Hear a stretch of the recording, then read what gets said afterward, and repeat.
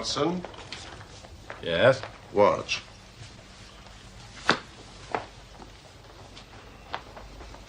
The chemical reaction you are about to witness will solve the mystery concerning the persecution of Mr. John Vincent Harding. Excellent. The tobacco millionaire. Shall I take note? No, I will dictate in the fullness of time.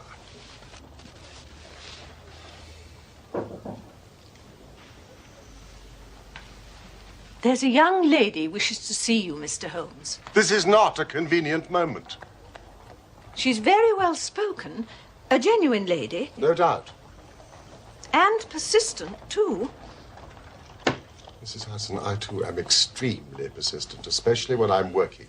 It is a matter of great urgency, Mr. Holmes, or I would not be troubling you on a Saturday evening. Well, perhaps you could delay your chemical reaction, Holmes. Very well.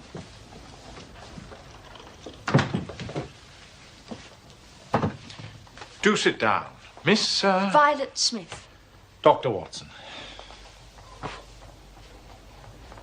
Thank you, Mrs. Hudson. A genuine lady, I told you. Oh, please. Thank you. I'll be quite happy here. Very well. Miss Smith, you must tell us your matter of great urgency. It is obviously not your health. So ardent a bicyclist must be full of energy.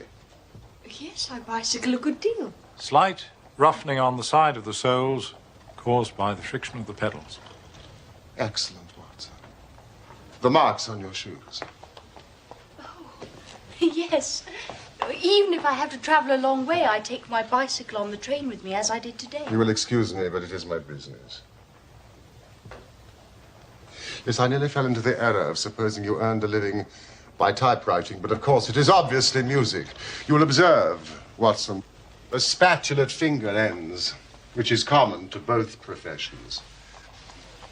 There is a spirituality about the face, however, which the typewriter does not generate. This lady is a musician. Yes, Mr. Holmes, I teach music. In the country, I presume, from your complexion. Near Farnham, on the borders of Surrey. But please, let me explain why I am here.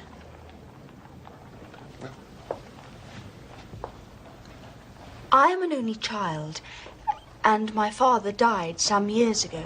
His name and profession? James Smith.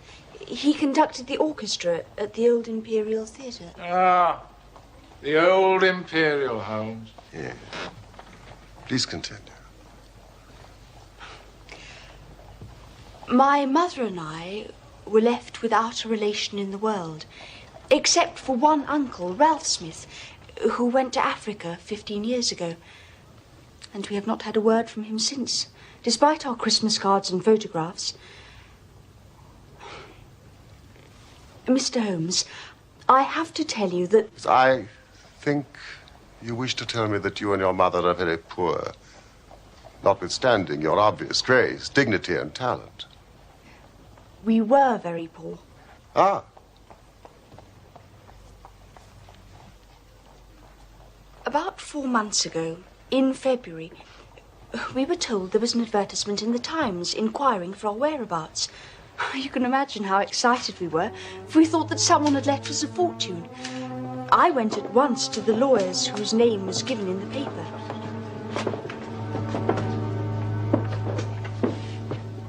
Now, this is Miss Violet Smith. The solicitor introduced me to 2 men, a Mr. Carruthers and a Mr. Woodley. They were on a visit from South Africa.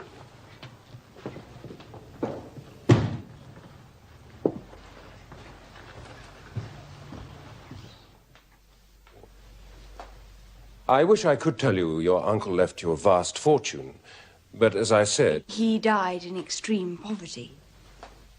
However, I myself am not without means.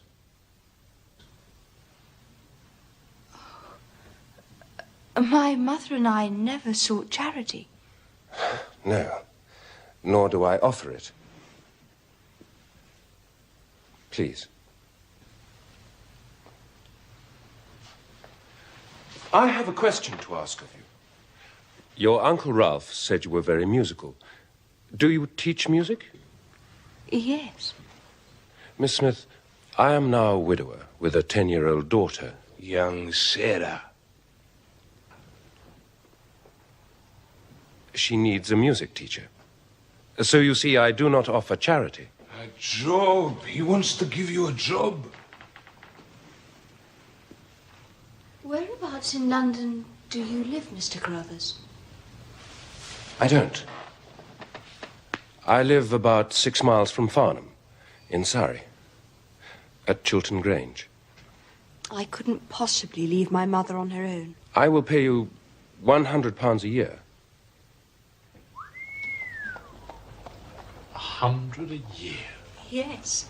Approximately double the market price, I think. Oh, at least. Which you obviously accepted. Or you wouldn't be here now. Yes, I accepted the offer. Oh, Mr. Carruthers agreed that I should go home every weekend to my mother in town. So this is one of your weekend visits to London? It is. Tell me about your life at Chiltern Grange. For a while, it was quite perfect. Every Monday morning, I would take the train to Farnham and then bicycle from the station to the house.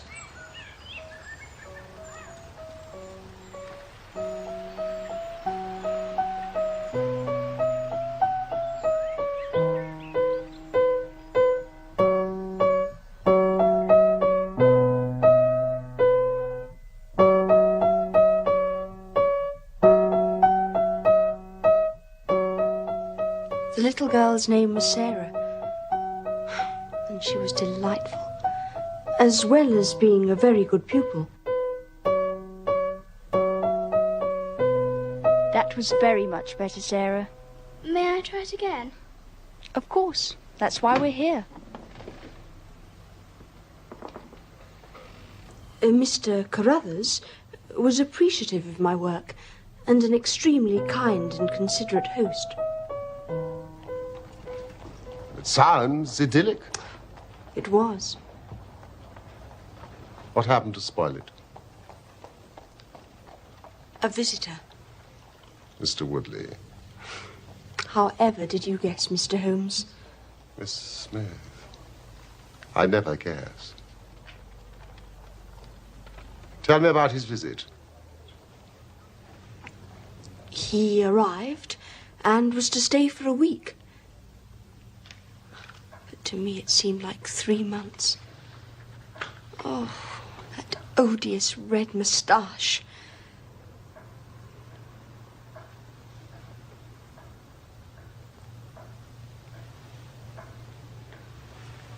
One evening, after dinner, Mr. Carruthers had to leave us for a minute to see somebody at the door. A gentleman to see you, sir.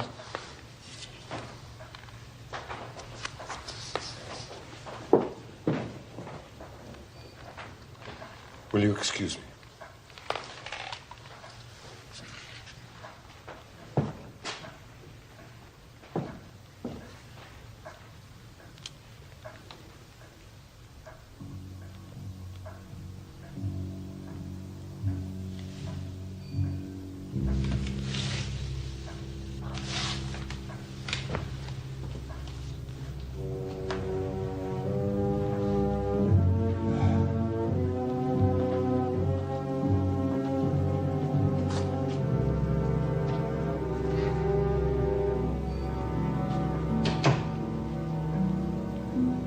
That's better.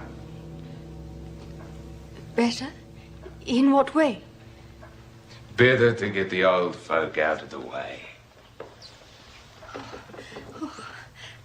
I don't regard Mr. Carruthers as old. Oh, yes, but he isn't young. Like us. I do wish you wouldn't blow smoke in my face, Mr. Woodley. Oh, I don't believe that for a moment. What don't you believe? When women say they wish you wouldn't do something, it generally means the exact opposite. I mean precisely what I say. Mr. Woodley, will you please leave me alone? No. To tell you the truth, I won't leave you alone. Not until I've said what's in my heart. Whatever do you mean? I'm not very well up in the social graces, but I'm prepared to learn. If you're prepared to teach me. Oh, this is absurd. It isn't absurd. I'm asking you to marry me. I mean it. It's from the heart. Money isn't a problem. I did very well out in South Africa. Whatever you're accustomed to, I can give you better. Better than you're accustomed to. Jewelry, diamonds. You want diamonds? Oh, I can give you diamonds. I don't want diamonds. Oh, you think about it. I won't rush you. I've thought about it. And the idea is ludicrous. Well, you can't blame me for trying. You're very beautiful. Listen, just to show that I know hard feelings. What about a little kiss to be going on with, Just a peck on the cheek. Mr. Woodley, will you please stop it? Oh, I told you before about women who say stop it. No! The more they struggle, the more fun it is. Mr. Carruthers, will you stop it?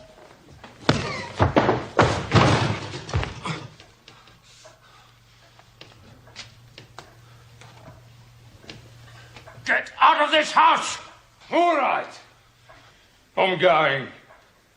I'm not interested in old men. In old maids.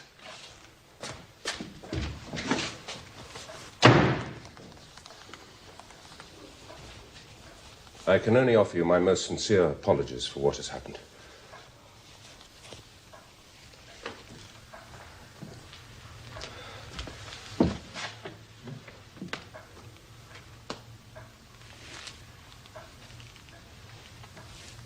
If I give you my assurance that it will not happen again, for my daughter's sake, will you stay? Yes. I will stay. Thank you, Violet.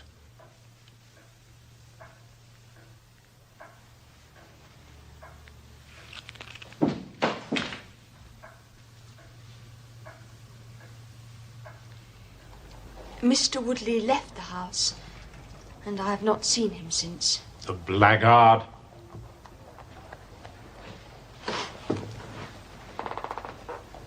Has there been any change in the behavior of Mr. Carruthers? No. He continues to be polite and considerate and courteous. Now, Miss Smith, please continue. Yes. There is something else. Oh, it may be a mere fancy of mine, but it seems to me that Mr. Carruthers shows a great deal of interest in me. Oh, he has never said anything. He is a perfect gentleman. But a girl always knows. So I believe. And I assume that these feelings that you sense from Mr. Carruthers are not reciprocated? He is a kind and generous employer, but I am already engaged. Oh, the name of this very fortunate young man is? Cyril Morton. He's an electrical engineer with the Midland Electric Company in Coventry. We're to be married at the end of the summer. We wish you joy. Thank you. Yet I am puzzled as to why you have chosen to consult me. It is an intriguing story, to be sure. But I sense you are frightened. And do not understand why. You seem well capable of protecting yourself. Please. Help me, Mr. Holmes. What is it? I am being followed. Followed? By whom? A cyclist. Every Saturday morning, I bicycled from the house to Farnham Station to catch the 12:22 to town. There is one very quiet and lonely stretch of road that lies between Charlington Heath on the one hand and the woods of Charlington Hall on the other. 2 weeks ago today, I was passing this place when I chanced to look back and saw a man, also on a bicycle. The following Monday, when I returned, he was there again. I see. And again last Saturday. And again last Monday. Have you mentioned this to your employer? Yes. Mr. Carruthers was very concerned and has ordered a horse and trap so that in future I should not travel unaccompanied. But they've not yet arrived. And this morning? He was following me again.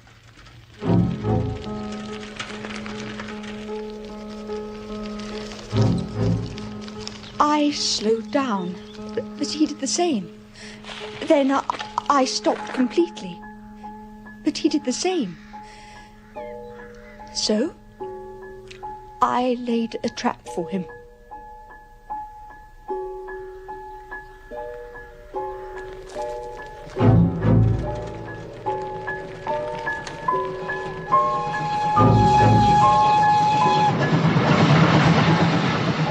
There is a sharp turning of the road, and I pedalled very quickly towards this and then stopped and waited.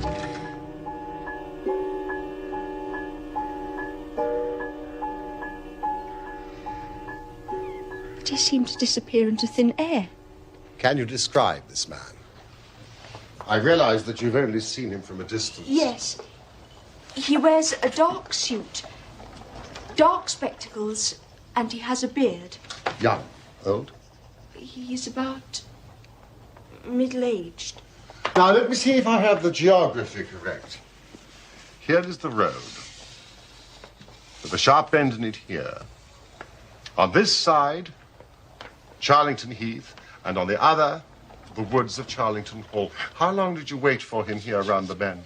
Oh, no more than 2 minutes. So he could not have retreated back down the road? Are there any side roads? None along this stretch. Could he have taken a footpath across the heath? Oh, the heath is totally flat and bleak. I think I would have noticed him. So, by a process of exclusion, we arrive at the fact that he made his way towards Charlington Hall. Now, how does Mr. Carruthers make his living? Oh, he's a rich man. But no carriages or horses.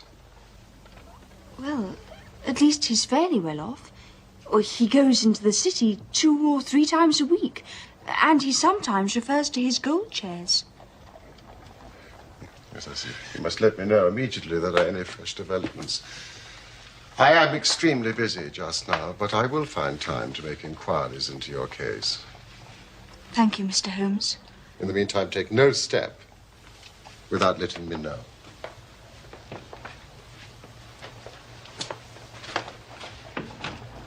I'm sure we shall have nothing but good news for you. I do hope so, Dr. Watson.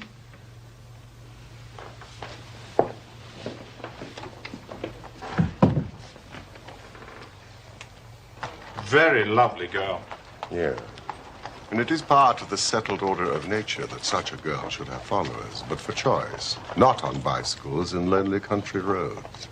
You really think she may be in some danger, Holmes? Oh, yes.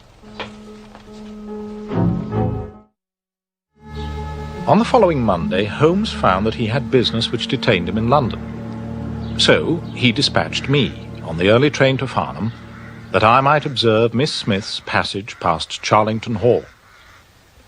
The setting was just as she had described, heavily wooded on the side bordering the hall and utterly exposed on the other. I selected the only available cover and waited.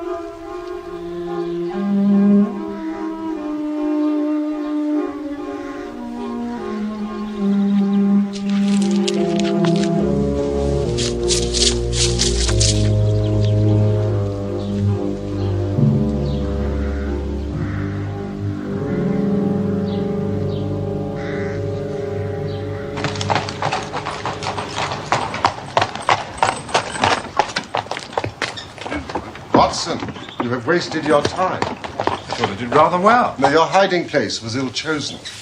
You should have been in the bracken on the other side of the road. In that way, you would have had a close view of this fascinating, solitary cyclist. Thank you. As it is, you are 100 yards away and can tell me even less than Miss Smith reported to us last Saturday. You describe him as bending low over the handlebar? Yes, quite low. That's concealment again, which in your case worked perfectly. Oh, no, you really have done remarkably badly. He goes back to the Hall, and you come all the way back to London to call on a house agent. Well, I found the information I was seeking. You found the name Williamson, which conveys nothing to my mind. Well, we know he's elderly and respectable. And therefore unlikely to be the energetic cyclist that sprints away from that athletic young girl. Well, what should I have done? Gone to the nearest public house. That is the centre of country gossip. They would have given you every name from the master to the scullery maid. Instead of which you give me Williamson. Good afternoon.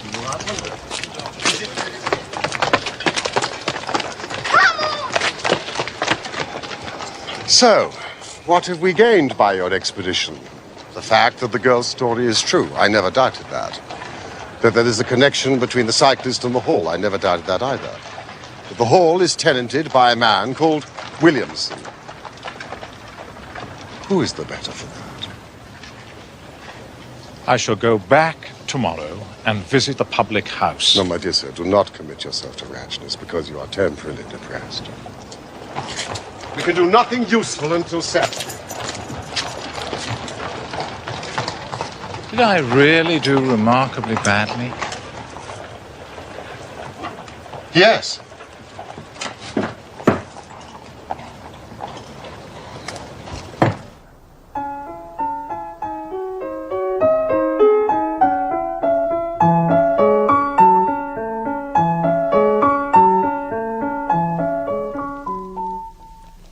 Very beautiful. Thank you, Mr. Crothers. It is a new piece. I need to practice it more. No, I don't mean the music. Violet, I have a question to ask you.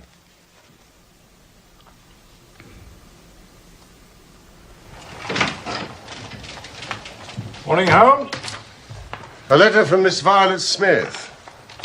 Now, Carruthers has proposed marriage to her. Carruthers? Gentlemen are permitted to propose marriage, Watson. And of course, he wouldn't know about Cyril. You going to Farnham?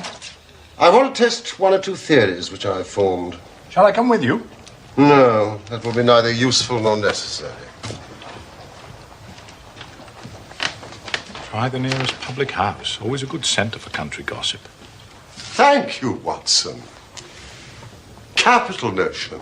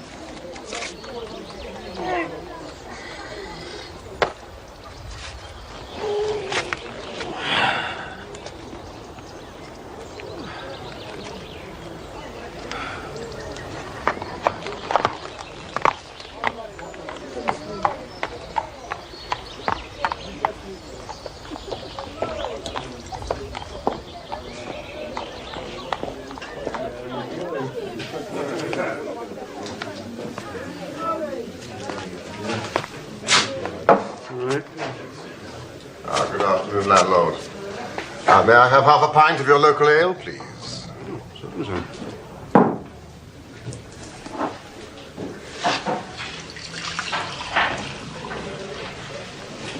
Here we are. Thank you. You may keep the change. Well, it's most generous of you, sir, but I couldn't. I haven't done anything to warrant such generosity. I'm about to give you the opportunity. I need some information. Oh, I'm not one for idle gossip, sir. Neither am I. I prefer facts. Tell me about the people at Charlington Hall. Oh, you mean Mr. Williamson, sir? Yes. Well, he was in here not more than 5 minutes ago. You just missed him. But tell me about Mr. Williamson. I mean, he's an elderly, respectable gentleman. Oh, he's elderly, no doubt. Far be it for me to speak ill of people behind their backs, but I'm none too sure about respectable. Really? He's an ex-clergyman, I reckon. Ex? Apparently. He was struck off. Or whatever it is happens to clergymen. That's docked, isn't it? Struck off. Tell me about the other people up at the house. Well, they're just domestic staff, and they're all local and God-fearing. Of course. But he do have folk up there at weekends. So. Weekends? Yes, sir. Weekends. Ah, well, what sort of folk? Oh, they're a warm lot. Warm? Yeah. The sort you don't want to get too near for fear of getting burnt, like. That's good. Oh, well, you may think it's good, sir. But it don't go down well in the village, I can tell you. And there's one fella in particular. Particularly warm, is he, this? Yeah. It's very particular, sir. I'll wager he has a red moustache. Yeah. Do you know him? I've never met the gentleman. Well, now's your chance. Mr. Woodley. None of your damn business. Our landlord keeps a very respectable house, and your language is not welcome. Who do you think you are? What the hell do you want coming here asking all them questions? You're quite right, landlord. Clearly not a gentleman. Oh, I'm as much a gentleman as you are.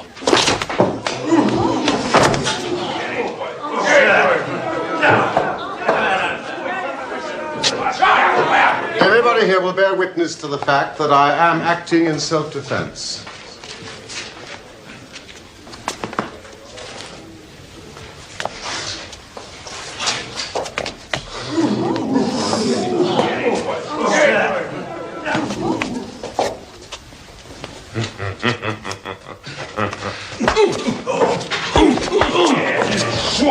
No, sir. A gentleman. Only a ruffian deals the blow with the back of the hand. A gentleman uses the straight left. And I said I'm a gentleman.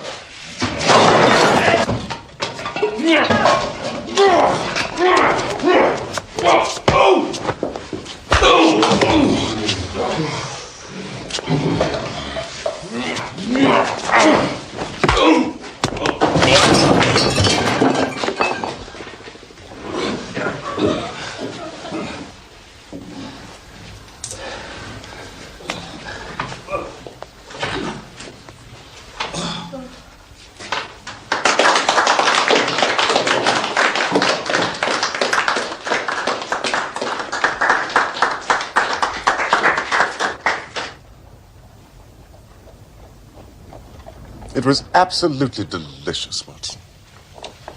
So I see. A straight left against a slogging ruffian. I emerged, as you see. And the slogging ruffian? Mr. Woodley was taken home in a cart.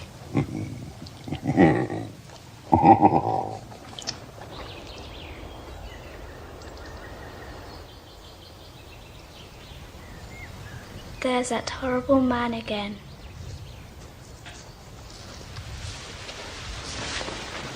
Which man? Look at this. What on earth has become? Read this.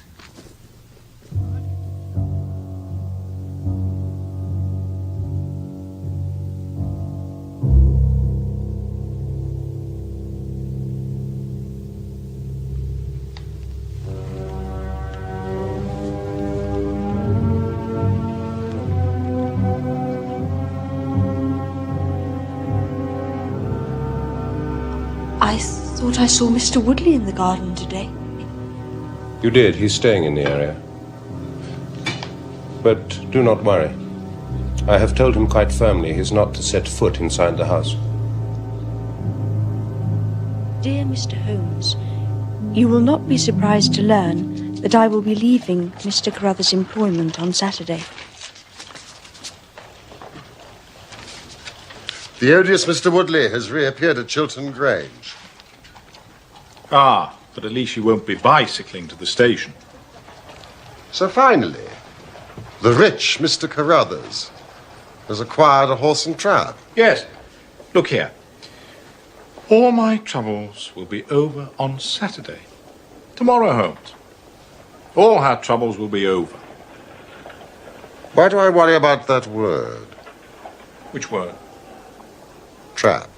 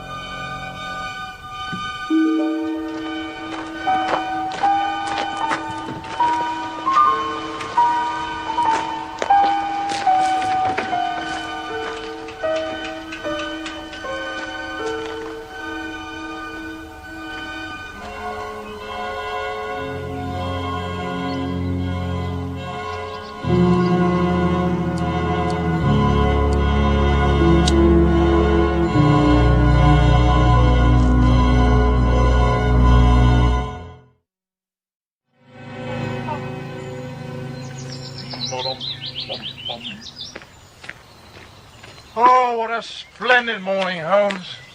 Acceptable weather for the time of year. Now, who would want to harm that dear girl on such a morning? I hope nobody. So why did you bring your revolver? I'm talking about my hope, not my expectation. Listen. What? I fancy that is our Miss Smith. She must be travelling by an earlier train. I've given a margin of half an hour, but she'll be past Charlington Hall before we can possibly meet her. So what can we do? We could run.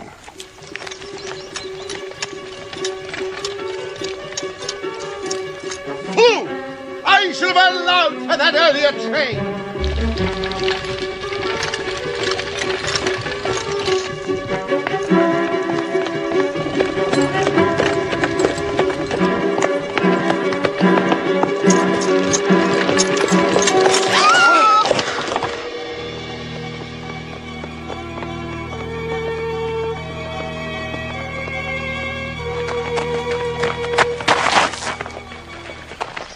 It's abduction.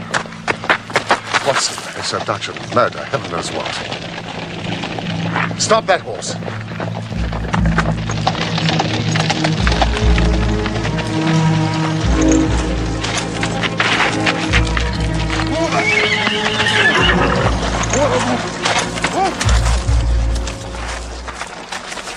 Good man.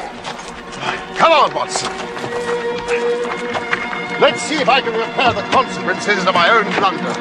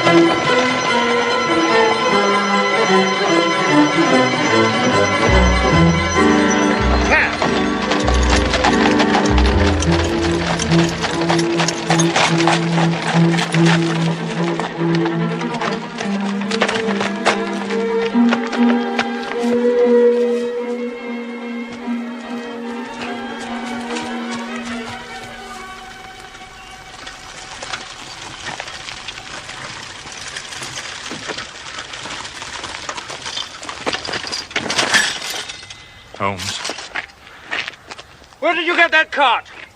Where is Miss Violet Smith? That's what I'm asking you. You were in her cart. It was on the road. There was no one in it. Somebody seems to have gone through this way.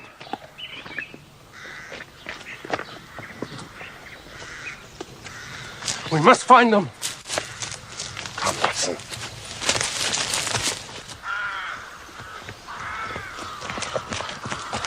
Look! Do you know who this is?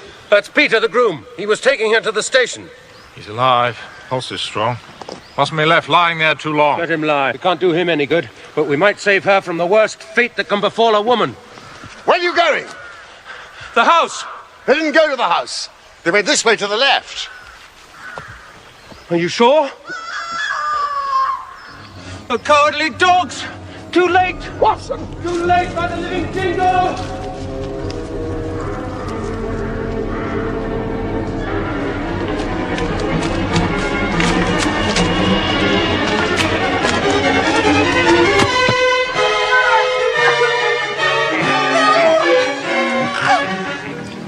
Far as much as John and Violet have consented together in holy wedlock, and have witnessed the same before God and this company,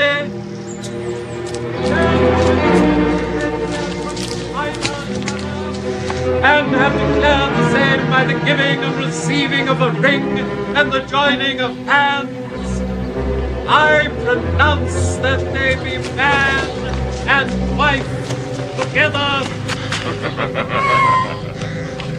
Congratulations.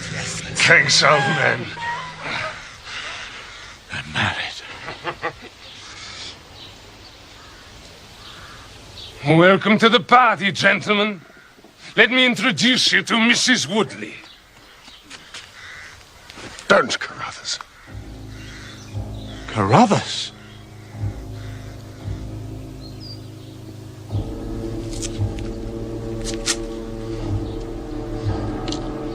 Yes. And I'll see this woman righted if I have to swing for it. You're too late. She's my wife. No. She's your widow. I told you what I'd do if you molested her. By the Lord, I'm a man of my word.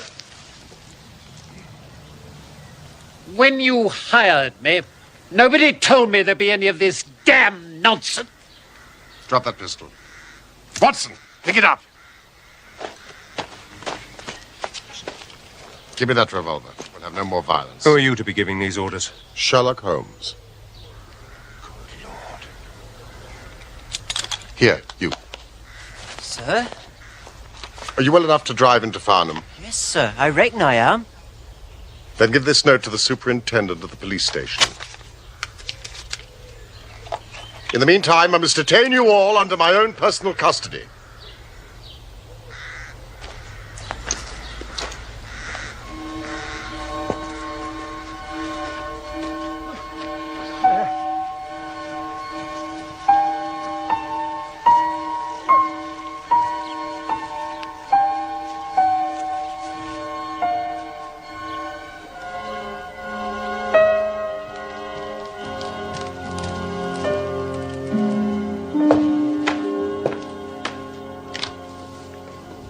How are the patients, Doctor? Miss Smith's very well, considering the foul way she's been treated. And Woodley? Alas, I have no doubt he will live. What? I'll go upstairs and finish him off. Now sit down in that chair, Carruthers. You're right. He isn't worth swinging for. But you told me that girl is to be tied to Roaring Jack Woodley for life? You needn't concern yourself about that. I married them till death do them part. Under no circumstances can she be considered his wife. Are you sure? For two very good reasons. In the first place, we're very safe in questioning Mr. Williamson's right to solemnize the marriage. I have been ordained.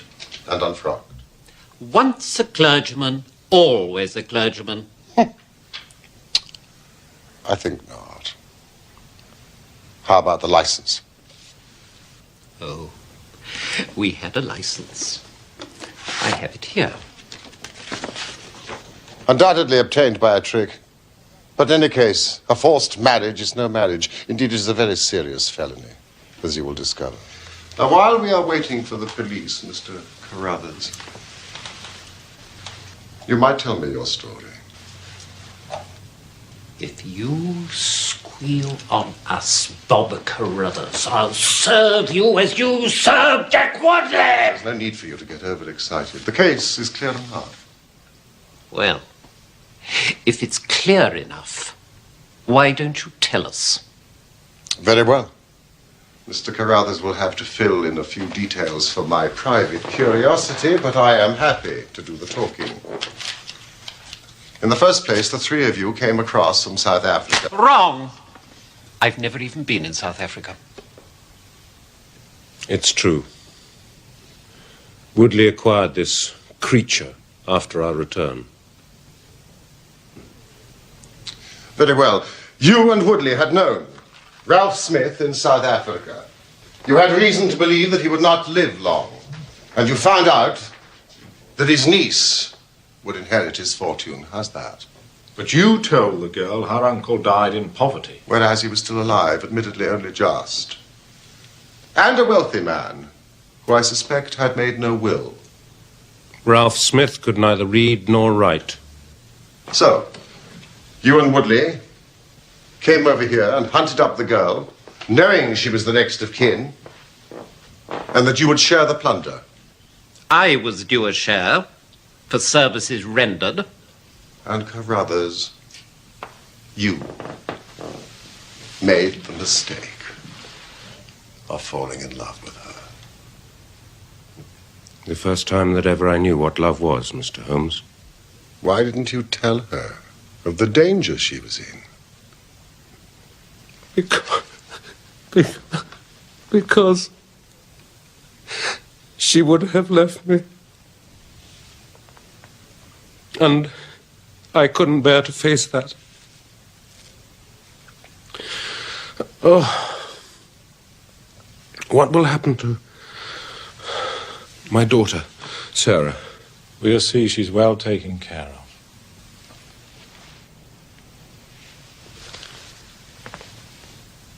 You see, even if she couldn't love me, it meant a great deal to see her about the house and hear the sound of her voice. You may call it love, Mr. Carruthers. I should call it selfishness. Maybe the two things go together. But I tried to protect her. I never once let her go past this house where I knew those rascals were lurking without following her on my bicycle to see she came to no harm. I kept my distance and wore that beard so she should not recognize me. Then I presume the cable arrived. Cable? What cable?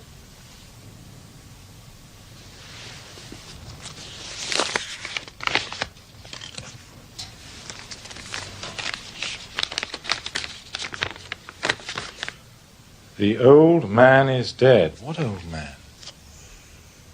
I imagine Ralph Smith in South Africa. Yes. But by this time you and Woodley had quarreled and he had left the house. Woodley came back again to ask me to stick to the bargain. I refused. I said I would have nothing to do with violence. One last detail.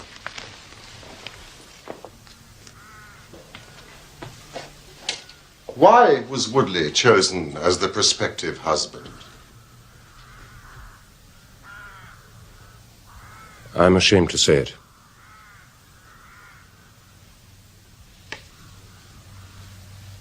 We played cards for her.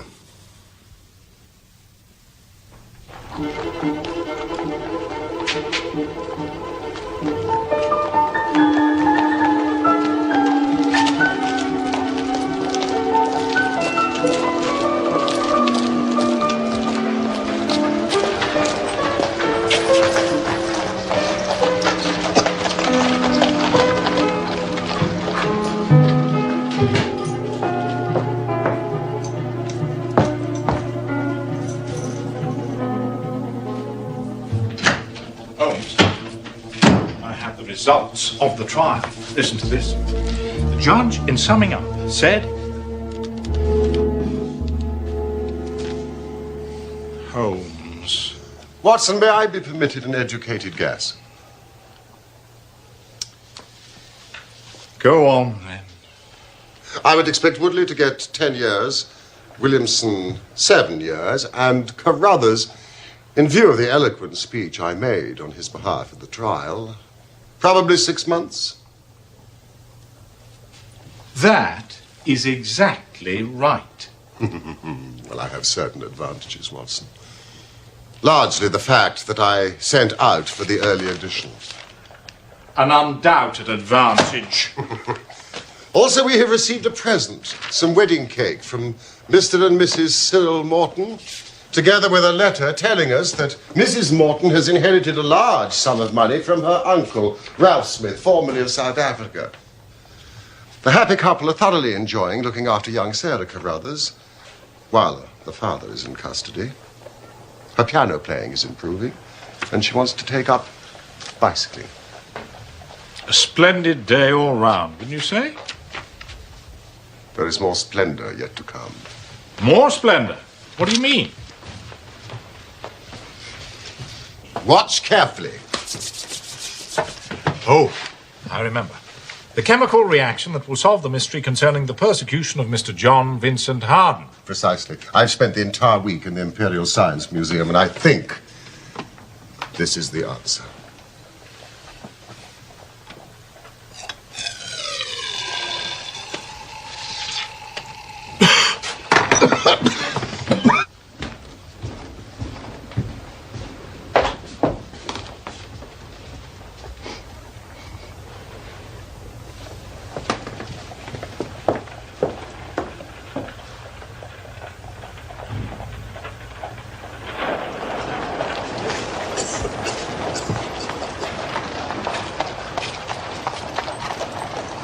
Is that the answer, Holmes?